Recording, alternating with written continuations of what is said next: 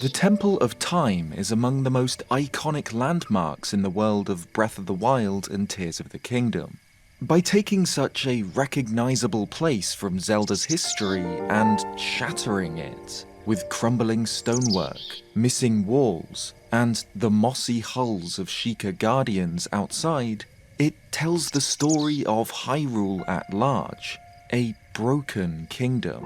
Of course, the temple is used during Breath of the Wild's tutorial. Link must visit the goddess statue found inside to offer up his spirit orbs and climb to the roof, to a room in the tower, to meet with King Rome. But did you know that there are 2 extra floors inside the Temple of Time that are fully accessible in both Breath of the Wild and Tears of the Kingdom? Just above the doorway to the right, there's a balcony area overlooking the main hall. There's nothing here. No chests, no Koroks, just a strange little spot. And there's another, larger area above it.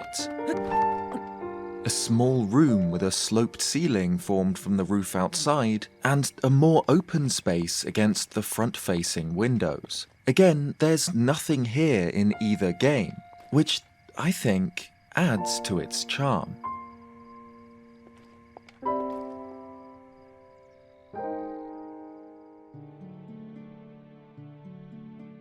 The Legend of Zelda Breath of the Wild drops Link into a world where, famously, even the mountains in the distance are not a mere landscape. You can actually go there. Tears of the Kingdom made this world even bigger and even more open. But in a world this big, there are inevitably places that slipped through the cracks. Odd corners of this Kingdom of Hyrule that seem to have been forgotten. Sometimes these liminal spaces, these seemingly pointless or puzzling little nooks and crannies, add so much more depth to these worlds. They reinforce the idea that this Hyrule is real, and just like in our world, not everything has to have a purpose. But other times, they're just downright confusing, like they were the result of something being forgotten or skipped during development. So today, let's run through a list of these mysterious or unused places in Breath of the Wild and Tears of the Kingdom. And who better to discuss these with than YouTube's most knowledgeable plushie, Skitty Bitty. Hi, thanks so much for having me. Let's talk about some weird places in Breath of the Wild and Tears of the Kingdom. Okay, this one's not pointless, but it's certainly odd. In Tears of the Kingdom, there's an interesting well near the East Akala stable. Wells are found all across Hyrule, essentially functioning like miniature caves, containing materials, creatures, and occasionally enemies for Link to fight. What makes this particular well interesting, though, is this. Breaking this rock wall reveals a small passage, which Link can squeeze through to discover a hidden chamber containing 2 fairies and a goddess statue. Goddess statues are found only in extremely important places in Hyrule. Every major settlement, the 3 springs, the Forgotten Temple, the Korok Forest, the royal family's emergency shelter, both temples of time, and, eventually, Link's dream home. The point is, these statues are only found in locations that make sense, essentially towns and sites of worship. So, what's a goddess statue doing here, in a sealed chamber buried at the bottom of a random stable's well? Could this imply that this was once the location of a forgotten settlement at one point in Hyrule's long history? None remain who know. On top of Tuft Mountain is the Lover's Pond, appropriately named as it's shaped like a heart. According to legend, one can find true love by traveling there, which we see in Breath of the Wild where Link can unite Wobbin and Perta. However, there's another pond found on top of Ebon Mountain just south of Hateno Village, shaped like a broken heart. In Breath of the Wild, there's no side quest involving Ebon Mountain's pond, no real reward for climbing up here aside from the view from the peak, and somewhat interestingly, some fairies that dance above the surface of the water. In Breath of the Wild, you can meet Mimos, who in his search for his true love has wound up here by accident. Link's response to Mimos sums up the whole point of Ebon Mountain. Sorry, wrong pond, try again next time. The Switch 2 version of Breath of the Wild includes a voice note here from Princess Zelda, where she explains that she has heard stories that if you want to cut ties with someone or something, chanting their name while crossing through the middle of the pond will do precisely that. The pond's shape resembles a heart, and I wonder if the path in the center was created as more and more people walked it, compacting the soil. I hope that malice never forms here. In Tears of the Kingdom, Ebon Mountain's pond remains much the same. Mimos has moved on in his travels. He's off trying to join the Yiga clan, leaving this area feeling emptier and more somber than ever before. Even the fairies that used to be here have moved on. Instead, they can be found at the real Lover's Pond on Tuft Mountain after 5 p.m. It seems even the fairies agree. This pond is pointless. Of course, as with every place on the surface, Ebon Mountain is reflected in the depths, where Link finds the Ebon Canyon mine. And fittingly, for such a pointless place, there's very little purpose to its inversion either, outside of the usual zonite deposits and crystallized charges found in every mine. And while the Tuft Canyon mine features a heart-shaped island in a shallow pool, mirroring its surface counterpart, the Broken Heart Pond has no equivalent below ground. It's as if it was forgotten by the depths itself. Lake Akala is fed by great waterfalls pouring from Zora's domain, which flows out into the valley in the shadow of Akala Citadel. This lake surrounds Tarrytown, and its waters are responsible for the marshy earth in the Torrin wetlands, but the lake itself hides a secret. Just north of the Akala Falls, on the bottom of Lake Akala, lie the ruins of a small village, the submerged remains of what might have been houses, shops, or places of worship. In total, there are 3 or 4 buildings at the bottom of this lake, all of them built in the same style as the Hylian ruins found across the world. In Breath of the Wild, there are a handful of chests found in and around these ruins, which are quite difficult to obtain, as they're so deep, and contain silver equipment, which makes sense given how the settlement is downstream of Zora's domain. In Tears of the Kingdom, the sunken village remains, but serves no purpose whatsoever. There are no chests, nor any way to interact with the ruins on the lakebed. This underwater village has always stood out to me as interesting, as it prompts the question, why are these ruins here? It's not like other Hylian ruins, which were the result of the Great Calamity 100 years ago, unless we're to believe that Lake Akala and the waterfalls that flow into it are a relatively recent phenomenon. It's just another strange, relatively pointless place that adds to the story of this world. Makes it feel richer and deeper than just another video game environment.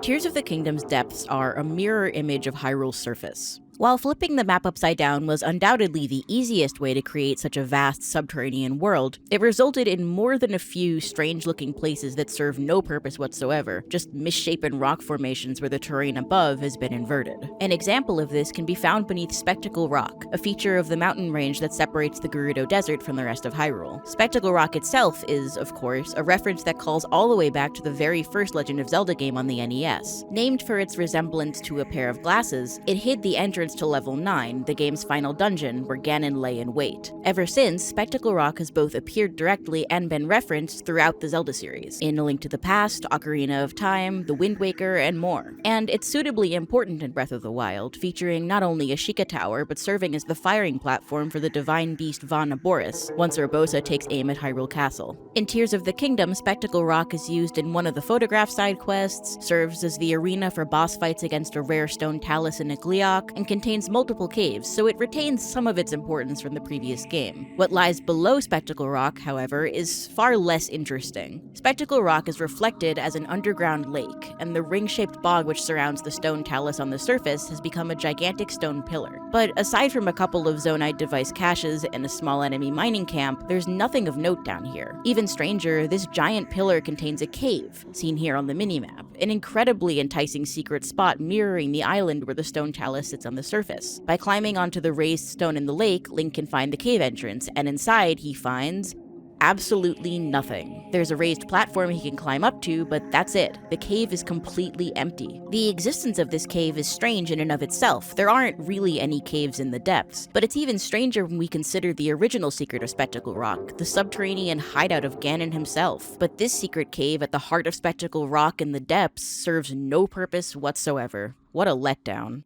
Another strangely unused place in Tears of the Kingdom's depths is beneath the Floria Falls in the Faron region. On the surface, the Floria Falls is a series of rivers and waterfalls emptying into Lake Floria, but when reflected in the depths, the negative of this results in this bizarre series of small tunnels. Even with the hoverbike or another suitably powerful Zonai machine, they take a relatively long time to navigate through, and there's absolutely no point to them. This feels strange, especially for the longest tunnel, the inversion of this rocky outcrop stretching out into Lake Floria. In the depths, it becomes a very long tunnel, ending with this strange formation of pointed rocks. Again, we know exactly why these tunnels exist. They're the mirror image of the land surrounding the waterfalls on the surface, but it's strange for such interesting terrain to have no purpose. Aside from some basic stalkoblins and a rocky ledge Link can climb up to, there's nothing else here, which feels weird. The final strange depths mirror we'll show here is beneath Cold Snap Hollow, an interesting landmark in and of itself. It's a canyon near Hebra Peak, notable for these gigantic mushroom-shaped rock shelves. Of course, being a hollow, it's reflected as a large mountain in the depths, overlooking a Yiga clan base with a small enemy mining camp on top. However, the mushroom-shaped rocks on the surface are also mirrored here, becoming caves in the mountain, which results in some really interesting-looking areas, little tunnels and larger caverns Link can explore. But, like with many of these depths oddities, they were left empty. Guardians, the autonomous, mobile tanks built by the ancient Sheikah, can be found in numerous places across Breath of the Wild's world. But outnumbering the live, active Guardians are the broken husks of destroyed machines, covered in moss, slowly being reclaimed by nature. Most of these Guardian shells can be found at the sites of great battles a century ago, such as Fort Hateno and Akala Citadel. Some of these Guardian hulls tell stories, brilliant pieces of environmental storytelling such as this, where 3 of them are found surrounding the charred ruins of a wooden house, which seems to have exploded and taken the stalkers with it. Perhaps this was a bomb shop, or the owner somehow detonated his house to take the Guardians with it. One Guardian husk that seems to be telling a story that I just can't figure out, found near the Lanayru wetlands, is this. It's a full-on Guardian ruin, its legs sprawled out and half buried, and with no discernible means of destruction. However, directly in front of the Guardian lies a fairy. Fairies don't spawn in many locations outside of their fountains. It just floats in front of the wrecked Guardian, seemingly for no reason. Is this meant to imply a story? Why is a lone fairy found in the middle of nowhere, next to the broken remains of a Guardian? As we mentioned earlier, Breath of the Wild was sold as the game where the mountains in the distance aren't just decoration, you can actually go there. And for the most part, this is true. Pretty much anything you can see is accessible to Link. The major exceptions to this are the borders of the map. It's made pretty clear that these places aren't meant to be part of the game, like the lands on the other side of the chasms at Hyrule's northern and western edges, or the steep mountains in the very south, which deliberately go unnamed on the map. Trying to escape Hyrule's bounds will result in the message, you can't go any farther. And this makes sense. The game world can't just go on forever, you have to draw the line somewhere. But something strange happens when you try to climb Mount Agate. This cliff, found in the western Gerudo Highlands, is pretty clearly within the bounds of Hyrule. There's one of those aforementioned chasms on the other side of it, and the mountain has a name, like all of the other nearby mountains and unlike the Inaccessible mountains to the south. Despite this, if Link tries to climb it, he'll be met with that ever so disappointing message. You can't go any farther. In Tears of the Kingdom, Mount Agate is still arbitrarily inaccessible, but confusingly, it has a fully explorable depths counterpart, the Agate Canyon, complete with a frost talus, multiple Hyrulean soldier ghosts, and the Agate Canyon Mine. Other inaccessible mountains, like those south of Duval Peak, aren't represented on the depths map, but this one is. It honestly feels like an oversight. If nothing else, it would be a better location for the Otutsum Shrine just east of Mount Agate, which, as it stands, is completely worthless, a blessing with no challenge or quest required to access it. There's not much else to say about Mount Agate. It's most noteworthy for being weirdly counterintuitive. Everything about it suggests you can reach it, but you just can't.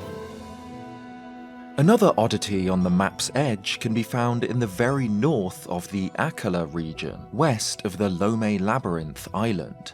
Of course, as with almost the entire northern and western borders of Hyrule, there's a great impassable chasm here, keeping Link where he belongs. But curiously, there's a rocky ledge that leads out from the northern edge of Akala, stretching out towards the unknown, that is fully traversable in both Breath of the Wild and Tears of the Kingdom. Save for some minor materials like rushrooms, there's nothing here at all in either game, and the very northern edge of it will prompt Link with that all-too-familiar, out-of-bounds message. It stands out as a really strange, liminal space. From here, these great spiked rocks that separate the northern sea from the chasm stretch out into the distance.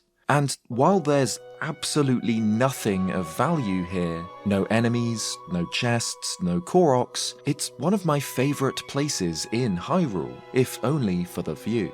In revisiting Breath of the Wild's world, Tears of the Kingdom had the opportunity to transform many of the odd, unused places found in Hyrule, to give them new purpose. For example, there's a secret found at the top of the Akala Citadel, a symbol of Hyrule's power and the last stronghold to fall to the Calamity. If Link smashes these two wooden crates just west of the Sheikah Tower, he'll uncover a small hole, and if he crouches, he can just barely squeeze through. This leads into a hidden room which is otherwise inaccessible. There's a chest here containing a bundle of 5 fire arrows, so it's not unused, but it definitely feels mysterious. It's very well hidden for the relatively underwhelming reward waiting inside. However, Tears of the Kingdom transformed this room into the entrance to the Akala Citadel Ruins Summit Cave, which contains the Fierce Deities tunic. While it still feels underwhelming to find Breath of the Wild's amiibo gear in Tears of the Kingdom's chests, and it's certainly no substitute for a properly explorable Akala Citadel, it's still an example of the sequel transforming a strange little place into something more substantial.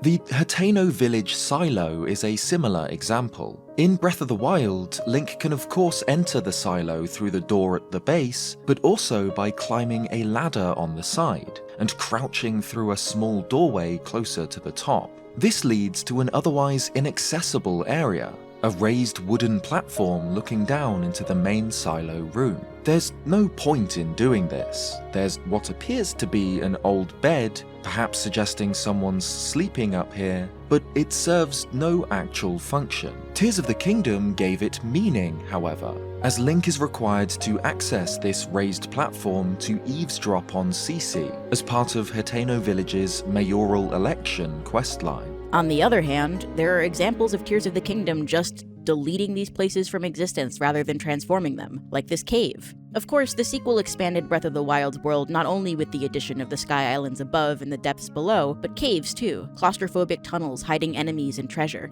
However, there were a small handful of caves in Breath of the Wild, like the cavern housing the Hebra Great Skeleton, or this secret stash of weapons near the Gerudo Tower. But here's something odd. In the west end of Samasa Plain, just south of the lake where Divine Beast Varuta takes aim at Ganon, there's a small hill with a cave entrance. Inside, Link can find nothing. It's entirely empty. Other similar caves exist, such as this one west of Scouts Hill, but they all contain something, suggesting that this one was simply forgotten about during development. Even stranger, in Tears of the Kingdom, the game in which the addition of caves was a major selling point, this cave is just gone. Its entrance has been patched up with a rock as if it was never there. Through the use of glitches, it's possible to see that the cave still exists in the game, as empty as ever. This is hardly the only example of things inexplicably disappearing between Breath of the Wild and Tears of the Kingdom, and if you're interested in hearing about a few more of them, Zeltic and I have a video discussing exactly that over on my channel.